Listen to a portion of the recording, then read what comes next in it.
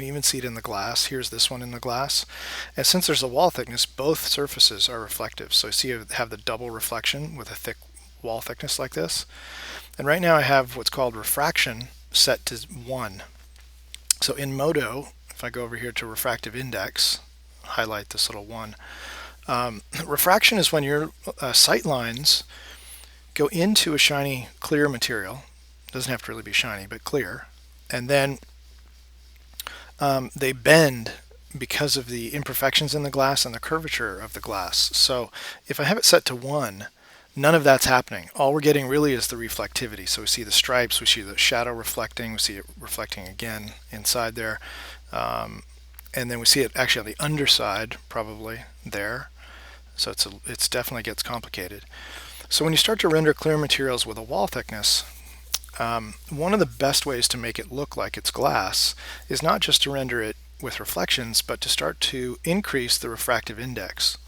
So a refractive index of 1 means that it's basically a perfect piece of glass, which no glass or plastic is. And so when our sight lines go into a clear transparent material, they bend around and then they leave and it distorts what's behind it. So I've staged this stripe behind, and I'm just going to take this and move it up to like a 1.1 refractive index and see how it bends and distorts that our vision as our sight lines pass through the clear material and see the rest of the environment. Let's see what happens if I do a 1.5. So you can see that this would be incredibly difficult to predict. Okay, you could probably, you can predict the reflection of the stripe, etc. But starting to predict the distortions is going to be very, very difficult. And so it's impractical to start to render. Effectively what it's done here is just flipped that whole thing upside down. It's going to be impractical to try and calculate any of that. So what I suggest you do from a rendering perspective is all that it takes to show a little bit of refraction and have the viewer understand that it's a transparent material is to see some of the environment behind, right?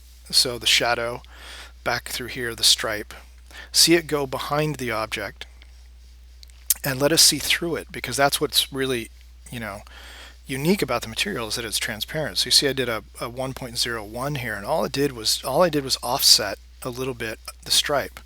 And so if we keep pushing that up, at a 1.02, right? You can see each time I increase the refractive index, it starts to displace and make that background that we see through there more disjointed. Okay, 1.06, let's see what happens there. Okay, so what you need to do is just throw in enough visual interest and enough distortion that we know that this is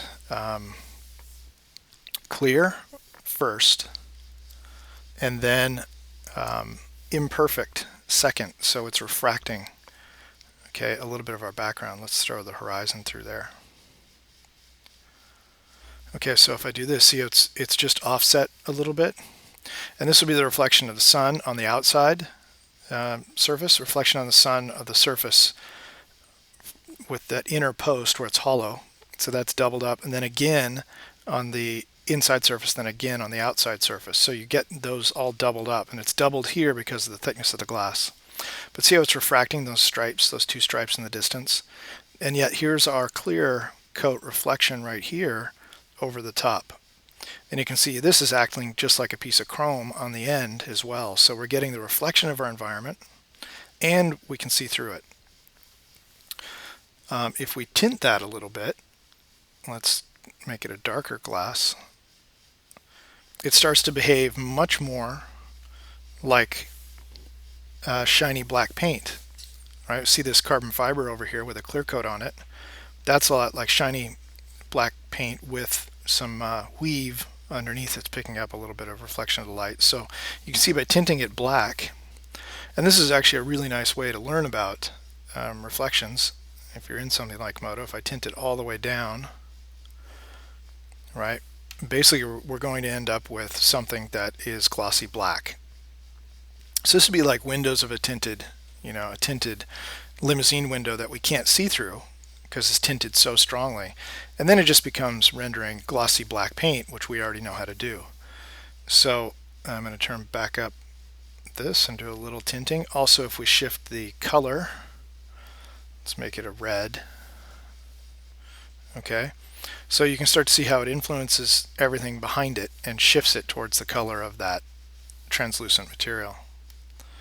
I'm going to go something a little bit more neutral and tint it just a little bit.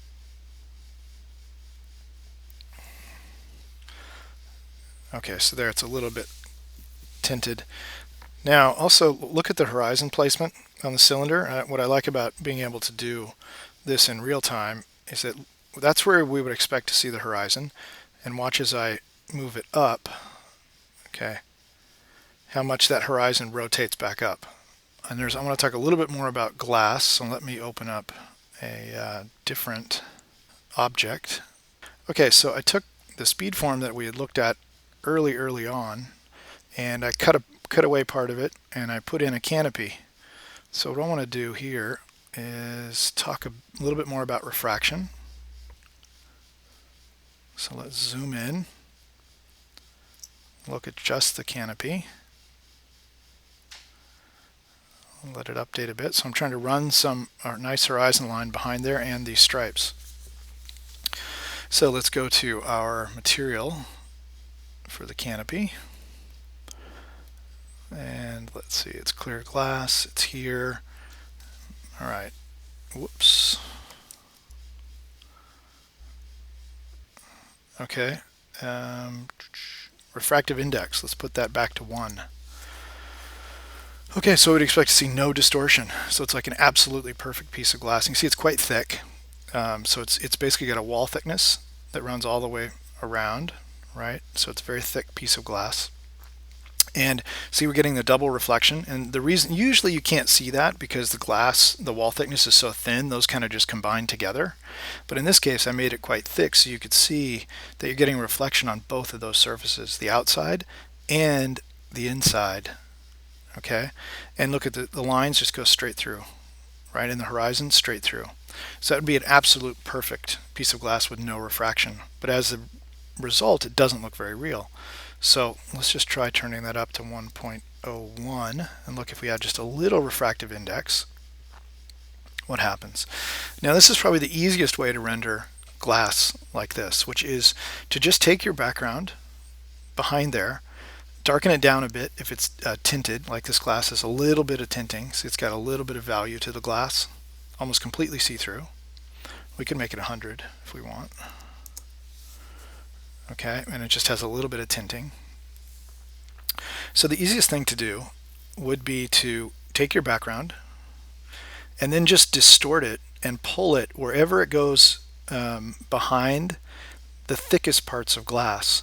So when I look through this part of the glass, through here, like right where this guy's head is, I'm not seeing, this is just like looking through the atmosphere in a way, I'm not seeing through as much glass here and here. Okay, so through this center region, my line of sight's more perpendicular to the surface, which means I don't look through a wall thickness that's as thick. When I get out here to the silhouette, now my line of sight is looking through a lot of glass. Okay, because if this is kind of flattish on top, because we're looking through much thicker glass, right? Because we're looking kind of through the wall, we get more refraction. So you're going to see more refraction wherever you look through thicker glass. So that means out here where that line crosses, all right, and not so much back here, right? Because we're still seeing through almost kind of the side of it, not through this area at the top. So what you want to do is wherever that happens, usually around the silhouette, okay, whether it's a glass that you're drinking water out of or a canopy like this, it's the same.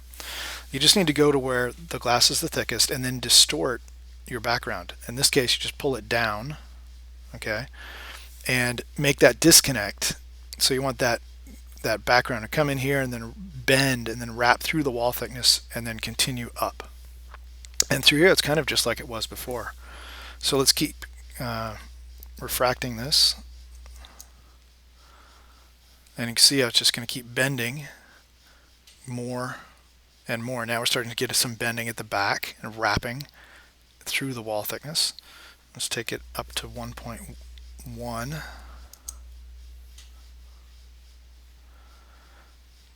So it's clear, we can see through it. That's cool, right? That's the first thing you want to do, is make sure we can see through it. The next thing you want to do is add probably a little bit of refraction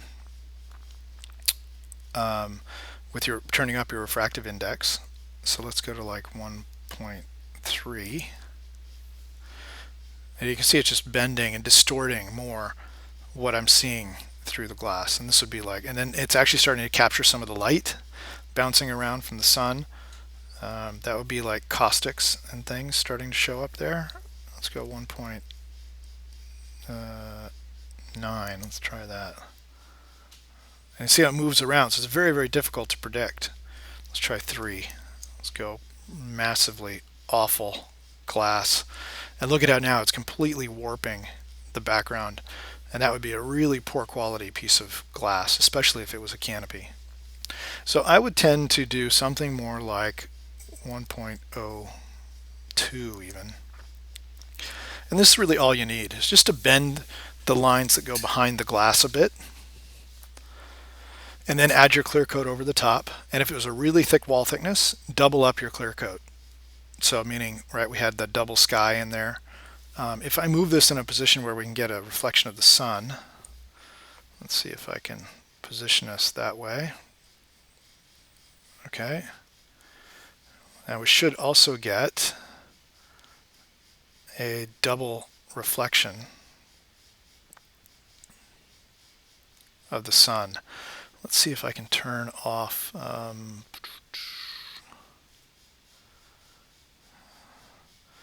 trying to see how I can get it to stack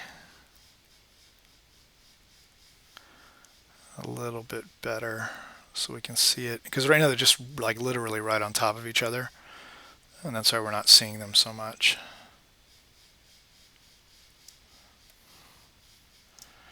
Trying to position it in a way so we see that thickness. There it is right there. There's a little bit of that offset happening because of the thickness of the glass. Okay, other than that, it's the clear coat working the same way. Wherever it reflects the darkest part of the sky, which is straight up, we see through the glass. Wherever it reflects, wherever our line of sight is more tangent to the surface, okay, we see more of the sky. So if I go down here, okay, you can start to see, oh, this is where we see through the glass, and then over here it's becoming opaque with the glare and the light sky reflecting. And then that is a reflection on the inside of the glass, where our line of sight is pointing back down to the stark interior. So really, you bring a little bit of the environment with your clear coat right through here though, erase it, mask it, let us see through the glass. Again, this is the same as the other example, that if it was tinted darker, it just becomes shiny black. Right, and then here we can just barely see through a couple little things, but right, it doesn't look like glass anymore because we can't see through it. But the way you render it now is just like glossy black paint.